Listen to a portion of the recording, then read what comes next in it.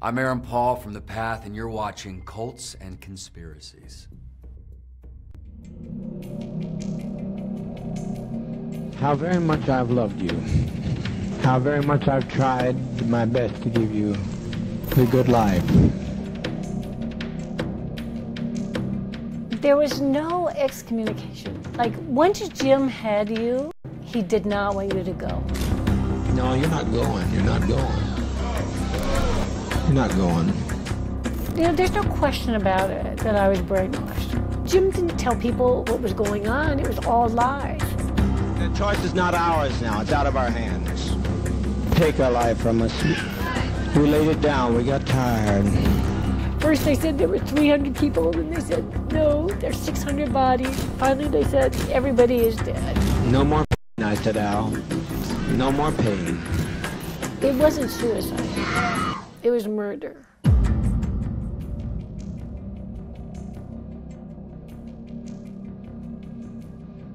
Hello and welcome once again to Cults and Conspiracies, our live 6-part exploration into the who, what, where, and why regarding cult groups. We'll hear real testimonies, raw and unfiltered, as we attempt to glean context in the process involved in joining, living in, and escaping cults. These groups use countless techniques to get their members indoctrinated, and even possibly take part in harmful activities. The most common reference technique is brainwashing, or the systematic breakdown of a person's sense of self. Cults are almost synonymous with this kind of indoctrination, and to provide a bit of context, we've put together this quick video.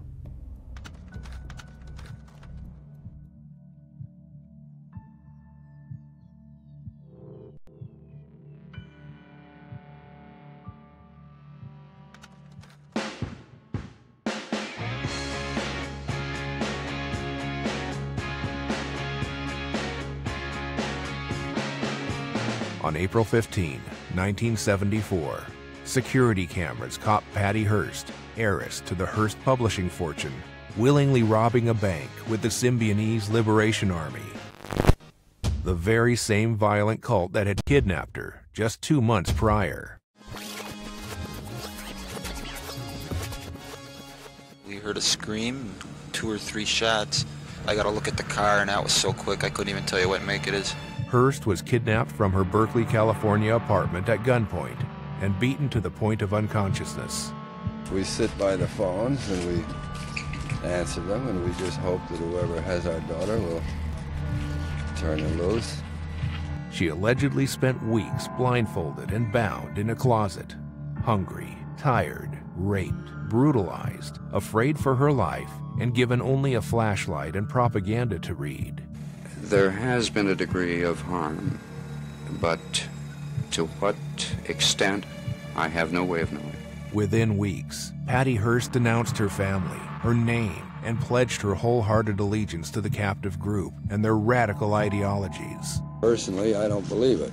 We've had her 20 years, they've had her 60 days, and I don't believe that she's going to change her philosophies that quickly. Nearly a year after her abduction, Hearst was caught and arrested in connection with multiple criminal and terrorist acts. Though the Hearst story has become synonymous with Stockholm Syndrome and the fragility of the human mind, one question remains. Should the victims of brainwashing be held responsible for their actions? Surprised to hear a guilty verdict? No, I'm happy. Why are you happy? Because she deserved it. She seemed in command of herself. She was in absolute command of herself, and there's no way out of it.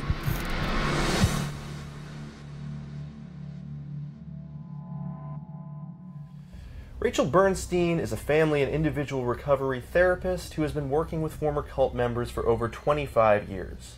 She joins me today to talk about indoctrination. Rachel, thank you so much for being with me. I really appreciate it. And also, as I mentioned, this is live, so please comment along and we will do our very best to include your questions.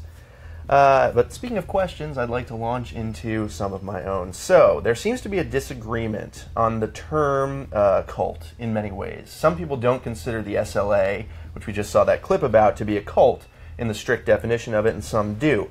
What is a cult to you?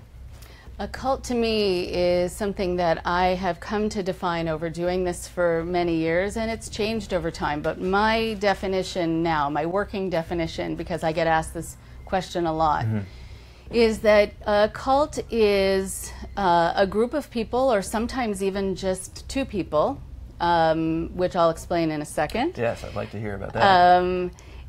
Where the people who are following have to give unquestioning devotion to the leader, to the teachings, and by unquestioning, literally unquestioning, never to question, never to criticize.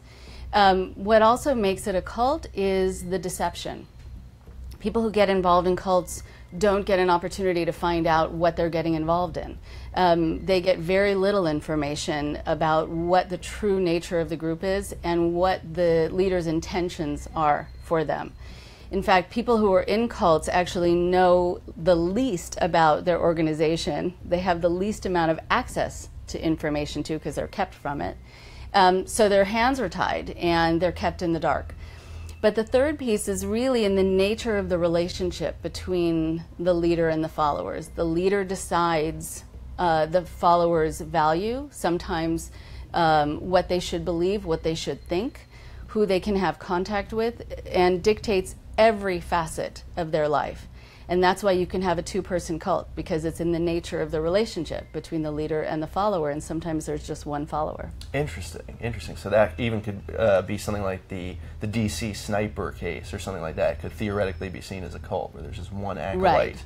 Interesting, I didn't realize that. Now, I know you've talked a lot about destructive cults, but my question is there a particular line that separates, is there such a thing as a non-destructive cult, for instance? You know, where is the line that separates normalized versus destructive?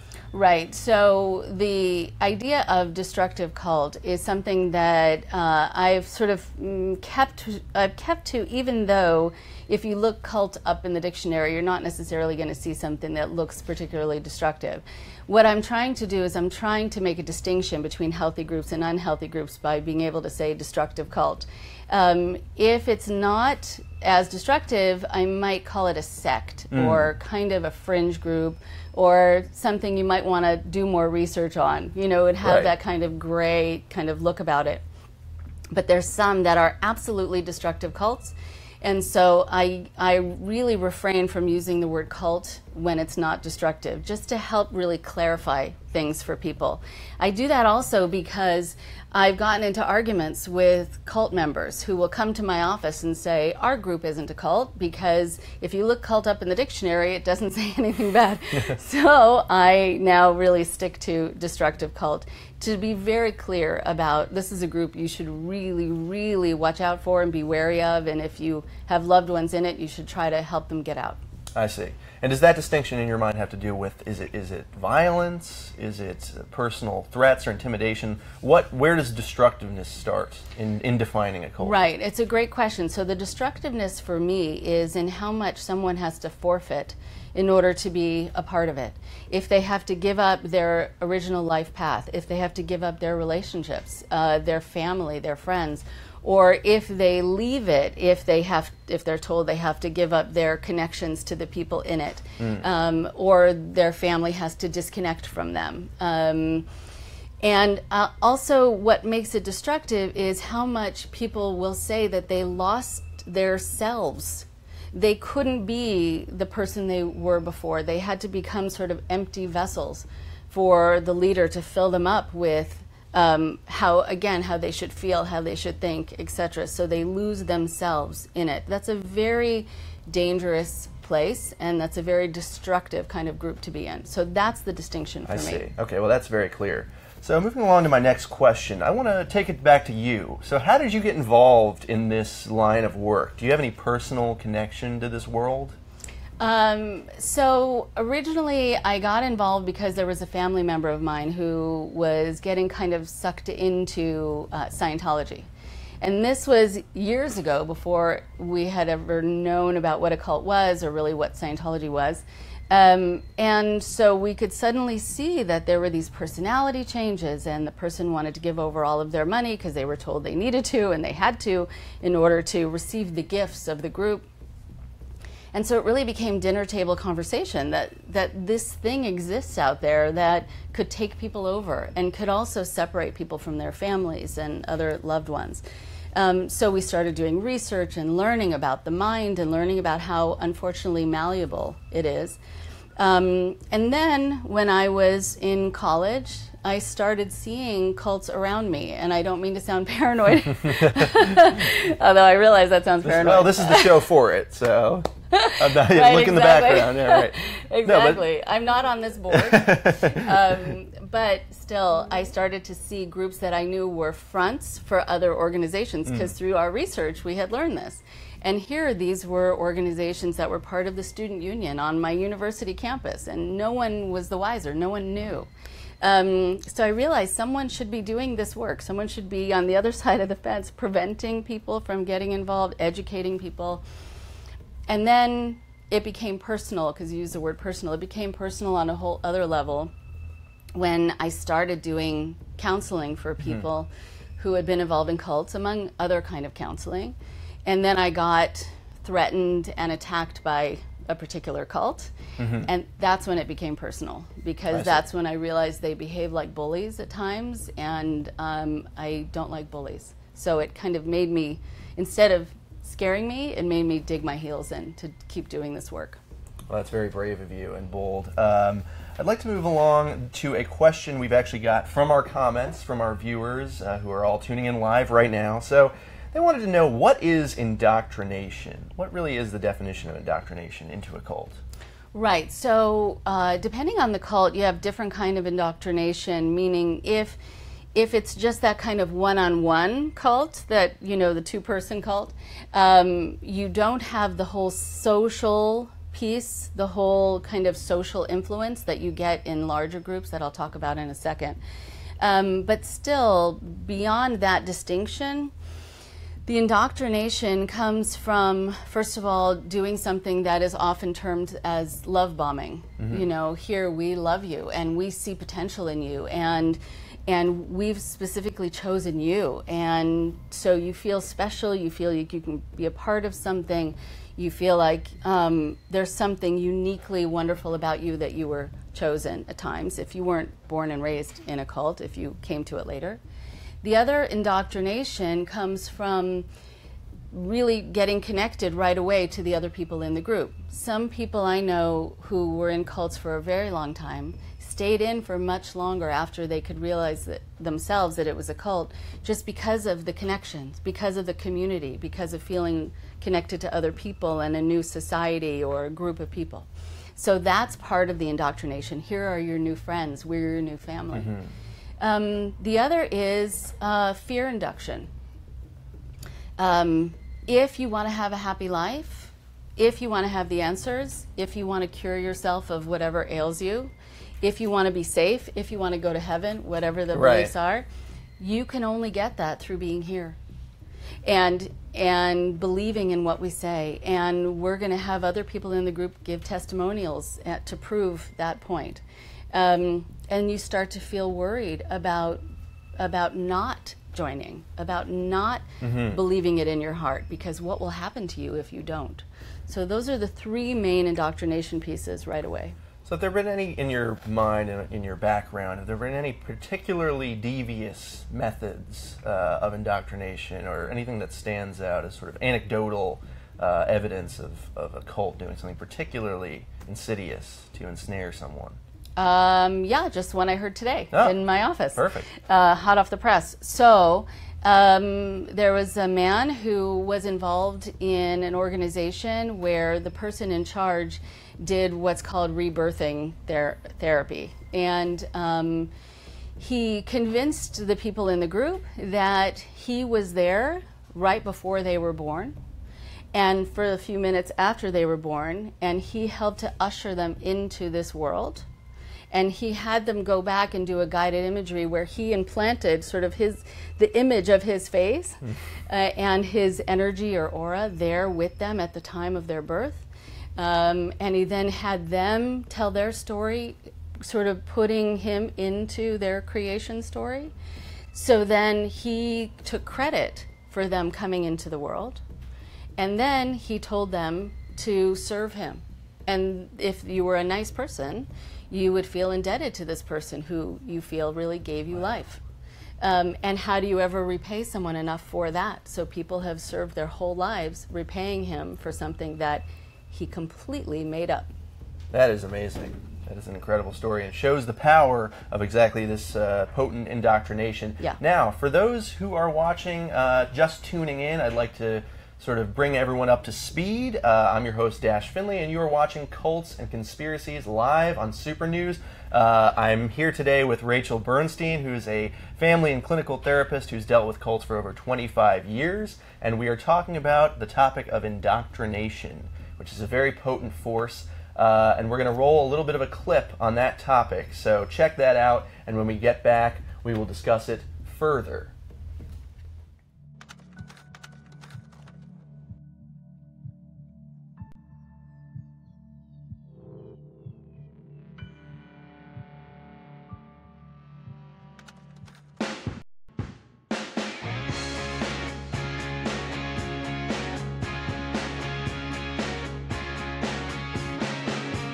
On April 15, 1974, security cameras caught Patty Hearst, heiress to the Hearst publishing fortune, willingly robbing a bank with the Symbionese Liberation Army.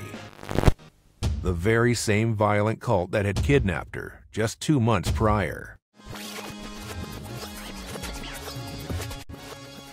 We heard a scream, 2 or 3 shots.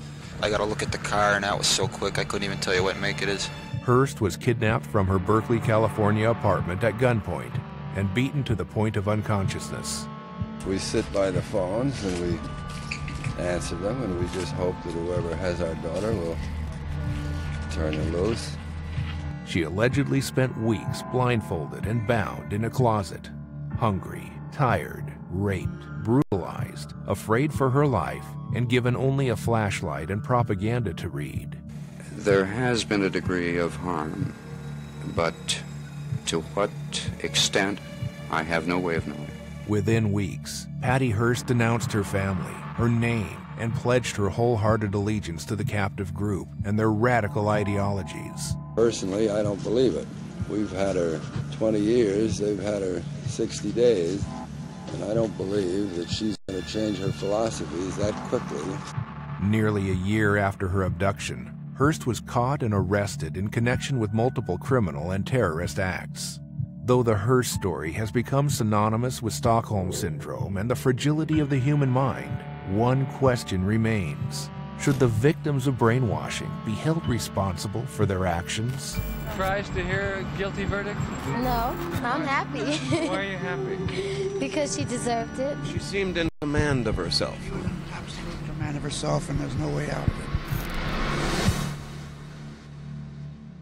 I'm Aaron Paul from The Path, and you're watching Cults and Conspiracies.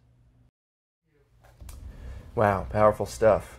So, Rachel, who is susceptible to being targeted by cults? Is there any one type of person who you consider more susceptible than others, or is it not that simple? Right, so yes and no. There is a kind of type, and it's also not that simple. So you're right. Okay, midway, all right. Okay, so there are people who I come across, of course, who were born and raised in cults. They didn't choose it. So we're going to put them aside for a moment, right? Because a lot of them actually end up leaving because that was not something that they were going to naturally be susceptible to. But the people who get involved are often idealistic and open-minded. And there's nothing wrong with any of, sort of the diagnoses or adjectives I'm about to use. It's just that they can be tapped into and manipulated. So if you have these qualities, just be mindful of them and protective of them, and know that there's some people who will take advantage of them. So oftentimes people are bright, they're wanting to learn about a new way of looking at the world and looking at their life. They're sometimes religious or open, they're kind of opening their heart or their mind to something more spiritual, and they're looking for that. If a group says that it does something for the earth or the world, people will find themselves drawn to that kind of group because they want to make a difference. And again, sort of they have this activist spirit or they're idealistic. And also people who want to do things sort of in a non-mainstream way. You know, they are open to things that are a little more fringe and are not willing to have their life be cookie cutter or the way their parents want their life to be, you know.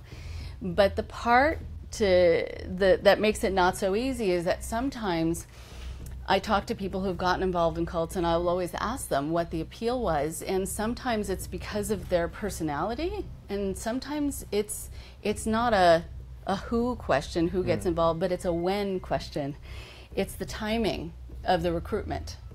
So they were more susceptible to being recruited because they just dealt with a loss, or they were away from home for the first time at college, or dealing with a divorce, and feeling alone.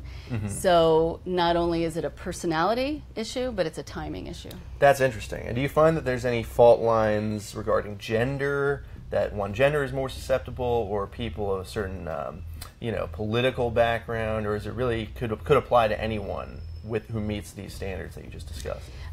It could apply to anyone. I find that of the former members who I've worked with, by and large, and maybe it's because I'm here in the States or not in some other countries, but by and large, most of them are Caucasian, but really split between male and female pretty evenly. Interesting. So really, it's a wide net that these cults can cast sometimes. So what is the psychological process of being sort of brainwashed, as it were? We had a Jonestown survivor on the show last week, and she admitted herself freely that she had been brainwashed, in her own words. So how is it that people are able to dispel their own notions of logic and sometimes ethics to believe these things that cults put out? Right, okay.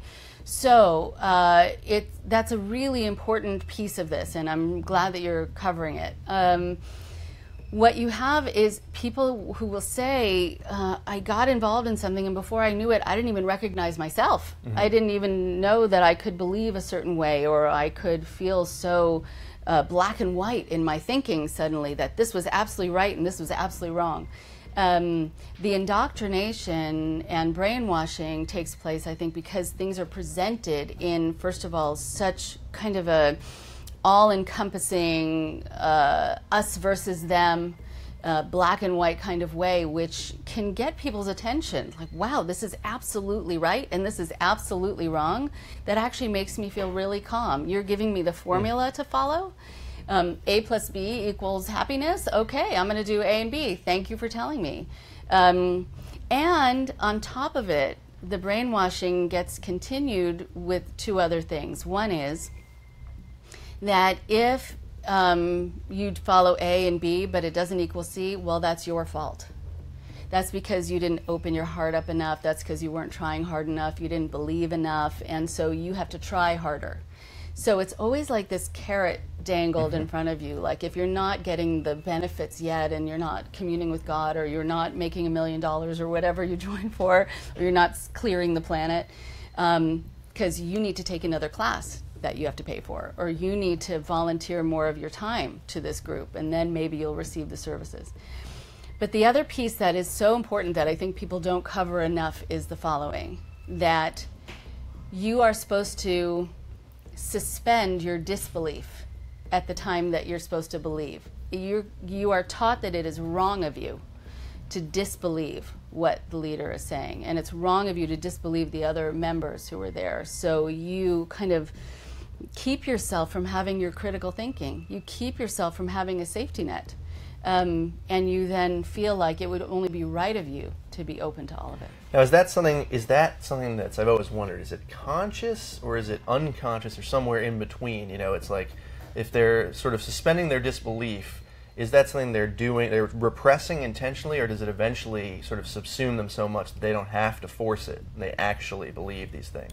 Right. At first, it is something that is a learned behavior, and you're taught that that's the only way to make this all worth it, especially this thing that you might have already made a lot of sacrifices for and pissed off your family for joining. And so your pride is sort of keeping you there, you know, and you want to prove that this was the right decision. So you're going to play along until it becomes part of just what you do naturally, and you don't even realize that you're doing it anymore. But also there is a lot of public shaming that takes place in cults, so you learn that unless you do as you're supposed to do, you might be called on the carpet or called up on the stage and berated. And so there's a lot of behavioral conditioning that also keeps you in line and keeps you being kind of open to everything around you.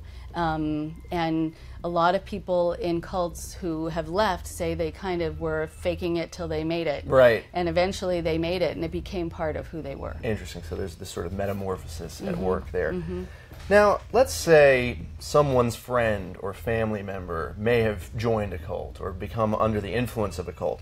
What advice would you give to someone who has a loved one in that position to get them out or to change their way of thinking and help them? Okay. Right. So something that I do a lot is advising family and friends, husbands, wives, sometimes even the children of people who have gotten involved in cults. And I tell them to not use the C word, to not call it a cult, right? Because that becomes a point of contention. And to not be critical of the group and to not say, I've done all this research and here it is, and hand them a packet, but instead have a conversation and invite them to talk about what they like about it, what they get from it, and keep it so that it's not contentious. Cults will often prepare their members for any kind of intervention by the family. And they'll be preparing them by telling them that your family's going to say we're a cult and that you need to leave, and this is just going to prove, the cult will say, how your family doesn't love you, they don't care about your salvation, or they don't care about whatever, or you, they don't really love you, they're trying to control you, right? So they turn it around, it's the parents or the loved ones who are trying to control you by trying to take you out. So you don't want to fall into that trap and have the person say, oh, they are fighting me, so that means they don't love me and they're trying to control me and they're the abusers in my life. So just start a conversation and have it be positive. Tell me what you like. What is the draw?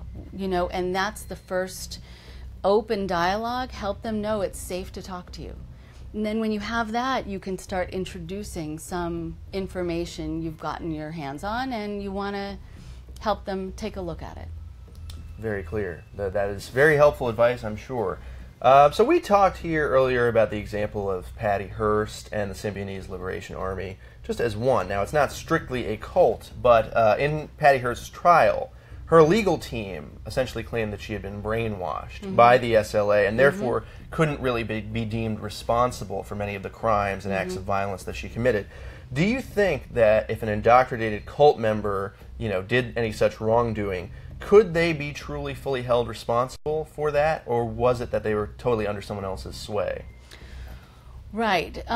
It's sort of case by case. And in that situation, only Patty Hearst would be able to fully answer that question, but I can try to do my best here and do it justice. When you have someone who has taken you over in that way, I think you start to look at things in a very different way. You start to feel that if they're encouraging you to do something and they have some sort of mission that you believe in, that you've come to believe in, and that they have the right to do this, that it's a way to get their rights back, it's a way to protect for some greater good, then I think sometimes people will do things that would typically be against their conscience because they really do believe that it is for some greater purpose. And also, there are a lot of people who will get cult members to do things that are against their conscience by telling them that all will be forgiven because this is on the side of right or the side of God or something. And so somehow they'll be rewarded for this. And they usually give a lot of examples from history of people who took to the streets and, and maybe shot people when they weren't expecting to before or planning on it. But again, it was to protect a greater number of people, and so it was all a good idea. But you also learn a lot from Patty Hearst about her situation having to do with Stockholm Syndrome, where she really, I think, started to have this connection with her captors and believed in their plight. So I think she really felt like she was doing something to protect them and to protect their mission. That's exactly, it's true. Like, there's no one polarized view of it. It could go either way, which clearly was legally it was the case for her. It was a contentious trial that went on for a long time. I'm sure. Yes. So I want to move on to a question once again from our comments, our viewers out there. And this has to do with, ironically, the internet and our modern forms of technology. Yes. So nowadays, of course, we are literally streaming live on Facebook right now. Right. But with the rise of the internet and smartphones and all this sort of thing, wouldn't it be easier for a prospective member of a cult to do their research in advance and possibly start to see things that were warning signs? So with the advent of all of this, yes. Cults actually are both, I guess, doing better in some situations and hurting in other situations. They're doing better because there are some cults that do their recruiting online. Through YouTube videos, through chat rooms. So people are getting recruited, never having gone to a meeting in person and never having met the leader in person, but they join or they leave their home and join up with a particular group or follow a particular channeler or whatever else that's huge on the internet. So there's more membership because of the internet, but also there is a lot more information that people have access to, which is an incredible gift. But here's the problem.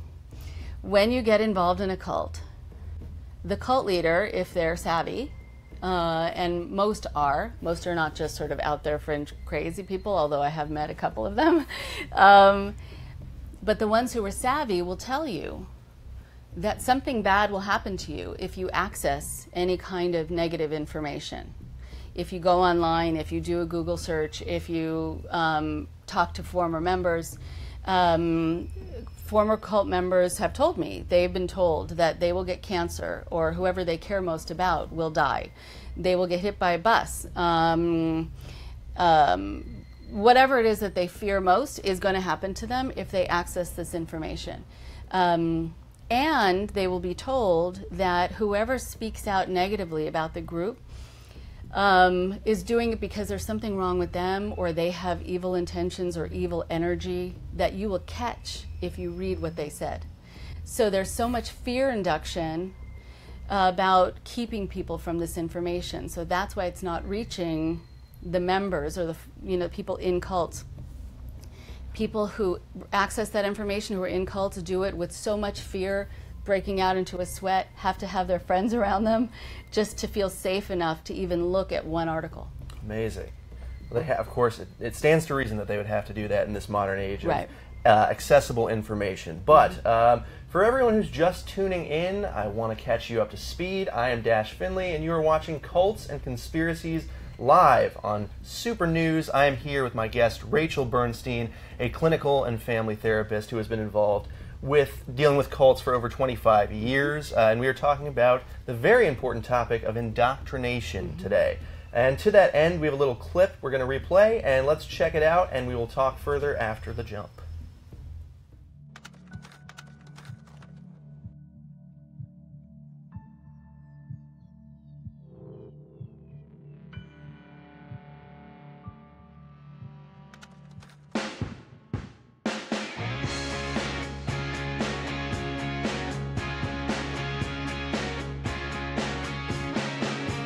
On April 15, 1974, security cameras caught Patty Hearst, heiress to the Hearst publishing fortune, willingly robbing a bank with the Symbionese Liberation Army, the very same violent cult that had kidnapped her just 2 months prior. We heard a scream, 2 or 3 shots. I got to look at the car, and that was so quick I couldn't even tell you what make it is. Hearst was kidnapped from her Berkeley, California apartment at gunpoint and beaten to the point of unconsciousness. We sit by the phones and we answer them, and we just hope that whoever has our daughter will turn her loose. She allegedly spent weeks blindfolded and bound in a closet, hungry, tired, raped, brutalized, afraid for her life, and given only a flashlight and propaganda to read. There has been a degree of harm, but to what extent, I have no way of knowing. Within weeks, Patty Hearst denounced her family, her name, and pledged her wholehearted allegiance to the captive group and their radical ideologies. Personally, I don't believe it. We've had her 20 years, they've had her 60 days, and I don't believe that she's going to change her philosophies that quickly. Nearly a year after her abduction, Hearst was caught and arrested in connection with multiple criminal and terrorist acts. Though the Hearst story has become synonymous with Stockholm Syndrome and the fragility of the human mind, one question remains. Should the victims of brainwashing be held responsible for their actions? Surprised to hear a guilty verdict? No, I'm happy. Why are you happy? Because she deserved it. She seemed in command of herself. Absolute command of herself, and there's no way out of it. I'm Aaron Paul from The Path, and you're watching Cults and Conspiracies. Wow. So, Rachel, what is the process of brainwash reversal? We've talked a lot about the brainwashing and the indoctrination, but how do you reverse that? So, what I try to do first is help someone just talk to me about the kind of brainwashing they went through, so I know what to reverse, in particular, what to go for first. What I have to often do really before anything else is help the person feel safe talking to me about what happened to them in the group. Cult leaders usually get away with what they get away with for so long because they keep outside information really to a minimum. So the people in a cult are not supposed to talk to outsiders about what's really happening behind closed doors, again, or something bad might happen to them or happen to the person they told it to, which sometimes happens, that people are afraid for my life after they tell me what's happened in the group. So I assure them as much as I can that they're safe just to talk about it. Then how to get into the sort of reversal of the brainwashing. I do a lot of teaching about what the techniques are that were used on them, and helping to teach them about things called thought-stopping techniques and other things that happen within cults. And then they have kind of a term for it. Then they can understand it. Then they can research that. And then of the things that they've come to believe are true about them, usually cult leaders will diagnose the followers as having all these horrible things wrong with them or having some sort of special gifts or whatever else. I want them to realize really more about what the cult leader really is about and what makes him or her tick and why they needed you to believe that about you, how it served the cult leader, how it served the cult, but not how it was true about you. So I try to shift over the information and help them really evaluate the person who told them these things and take it off of them so they know that they're not a failure, they're not abusive, they're not all these other things that they were told, they're not unenlightened.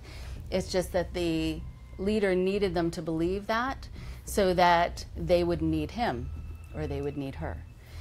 So that's where I usually begin. But it's quite a process. I'm sure it takes a long time. It takes a long time. And then what's also very helpful is to have people talk to other former members. The people who they were made to feel scared of talking to, they realize they're actually a great source of comfort and information and validation and normalizing the experience. But the other piece that I think is really vital is for people to remember who they were before they got involved. Again, if they were not born and raised in it. And I want people to have a sense of their true selves, because now they're very confused about what their mission should be, what their personality really is, if they're good people, if they're bad people, whom to trust. They were taught not to trust their families and friends and only trust the leader, but they realize it's now the opposite. What else have they been told that's the exact opposite? I have them go through old photo albums and remember that their childhood may have been better than they were told. Cult leaders will often rewrite people's histories to be all bad so that you feel kind of lucky and relieved to be finding someone who finally can help your life be good. And when people see pictures of themselves when they're young and they were smiling and their arms were around other people in their family, they realize that was part of the brainwashing, that was part of the indoctrination, and they don't have to run from their lives anymore because their lives weren't so bad. It's amazingly important work that you're doing there. I think it's great. But in dealing with these difficult cases and with these groups that can sometimes be dangerous, have you ever felt like your personal safety was threatened? Yeah, actually. My personal safety to a certain degree was threatened through intimidation. I don't think that they were going to be doing any kind of physical harm, but I did have to deal with Scientology a number of times, which is par for the course if you do this work. They tend to come after you, they tend to come after your license, and I had years ago some pretty thuggish PIs who worked for them leaning on my car as I would come out from my office. I had some people who dressed up like janitorial staff in the building where I worked and went through my client files and called my clients and said that I was guilty of all these crimes. I mean, they just mess with you. They try to get my home address by calling my office and talking to someone who answered the phone, saying they were going to be delivering flowers and they needed my home address. And then suddenly there was a car with blackened windows in front of my house, just there, just being a presence, you know. And they would sometimes send people to pose as clients, and then I'd get full transcripts of the session with a little note, you know, saying just to let you know we're watching you. Wow, that's really frightening stuff. Yeah, so clearly not fun. There are real-world consequences to this work, both for good, but then and danger for yourself. But I want to thank you so much, by the way. That is all the time we have for today, unfortunately. Rachel, thank you so much for joining us. My pleasure. I really appreciate you and the work that you do. Next week, we'll be joined by another great guest as we talk about the various belief systems in cults, but more specifically, a group that isn't perhaps the first that comes to mind when talking about cults, but is deeply tied to the more negative side of American history, that being the Ku Klux Klan. Also, if you've enjoyed today's discussion of cults and conspiracies, I strongly recommend that you check out Hulu's original series, The Path, streaming now. I've been your host, Dash Finley, and until next week, thanks for watching. My name is Eddie, and I was in a cult. You have the light to shape the world around you. Was it emotional to see Eddie come back home? There was a man following us. I could turn you in. You won't, because then it's over. There's not a single thing that you can do to get me to walk away from this.